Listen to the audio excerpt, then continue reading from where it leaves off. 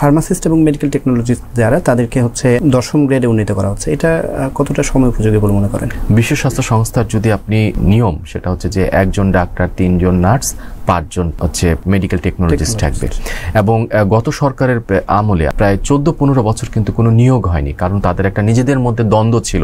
Diploma আর হচ্ছে স্বাস্থ্য অধিদপ্তরের যে মেডিকেল টেকনোলজিস্টের যে কলেজ, এই দুইটা পড়াশোনার যে কারা আসলে মেডিকেল টেকনোলজিস্ট হবে বা আবেদন করবে, এই কারণে কিন্তু তাদের প্রায় 14-15 বছর আমরা দেখেছি যে তাদের এই মামলা মোকদ্দমা, ভুল বুঝাবুঝি, স্বাস্থ্য অধিদপ্তর ঘেরাও, স্বাস্থ্য অধিদপ্তরের বিক্ষোভ, এইসব নানা কারণে কিন্তু তাদের নিয়োগটা হয়নি।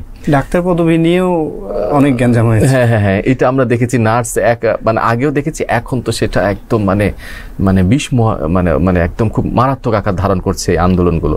তো সেই মেডিকেল টেকনোলজিস্টগুলো আমরা দেখেছি যে সেই সময় অনেকবার স্বাস্থ্য অধিদপ্তরে দাঁড়িয়েছে, পরে তা আসছে যে হ্যাঁ, যারা ডিপ্লোমা পড়ে যারা এই মেডিকেল টেকনোলজিস্ট হবে তারাও পারবে একই পদে আবেদন করতে, আবার যারা স্বাস্থ্য অধিদপ্তরের যে কৃষি কলেজ মানে স্বাস্থ্যের যে কলেজগুলো আছে সেখানে তারা সেখানেও যে যারা পড়াশোনা করে যাবে তারাও পারবে। সেইটা সমাধান হওয়ার পর কিন্তু আমরা সে নিয়োগ বন্ধ, সবকিছু বন্ধ থাকার পর আমরা দেখেছি যে ওই মীমাংসা হওয়ার পরও কিন্তু 3-4 বছর কোনো এখন পর্যন্ত কিন্তু বড় ধরনের কোনো নিয়োগ হয়নি মেডিকেল টেকনোলজিস্টের। যেটা আমরা দেখছি যে বিভিন্ন হাসপাতাল চুক্তিভিত্তিক বা কিছু কিছু হাসপাতাল সাহস করে তাদের নিজস্ব অর্থায়ন থেকে পরিচালক দৌড়াদৌড়ি করে তদবির করে রাজি করায় নিজস্ব হাসপাতালে মেডিকেল টেকনোলজিস্ট দরকার, তারা কিন্তু নিয়োগ দিয়েছে। এবং এখন যেটা বললেন যে আগে যেটা 11তম গ্রেডে ছিল, এখন সেটা 10ম গ্রেডে আসছে। আমার মনে হয় এটা খুবই একটা ভালো দিক।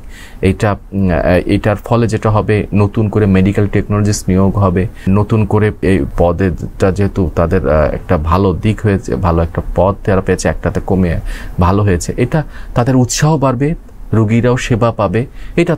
এটা দীর্ঘ বছর কিন্তু আসলে এই আলোচনাটা বা তাদের যে অভিযোগটা, তারা কিন্তু এটা ডিজার্ভ করে, তারা এটা ন্যায্য পাওনা, তারা কিন্তু এটা চেষ্টা করছিল, কিন্তু তাদের নিজেদের মধ্যে দ্বন্দ্ব থাকার কারণে কিন্তু আপনি জানেন যে 14-15 বছর কোনো নিয়োগ হয়নি, তেমন কোনো বড় ধরনের নিয়োগ হয়নি। এবং এই সমস্যাগুলো সমাধান না হওয়ার কারণে এই ইস্যুগুলো এখন যেটা হচ্ছে তাদের জন্য অবশ্যই ভালো হবে। এটা ভালো দিক একটা।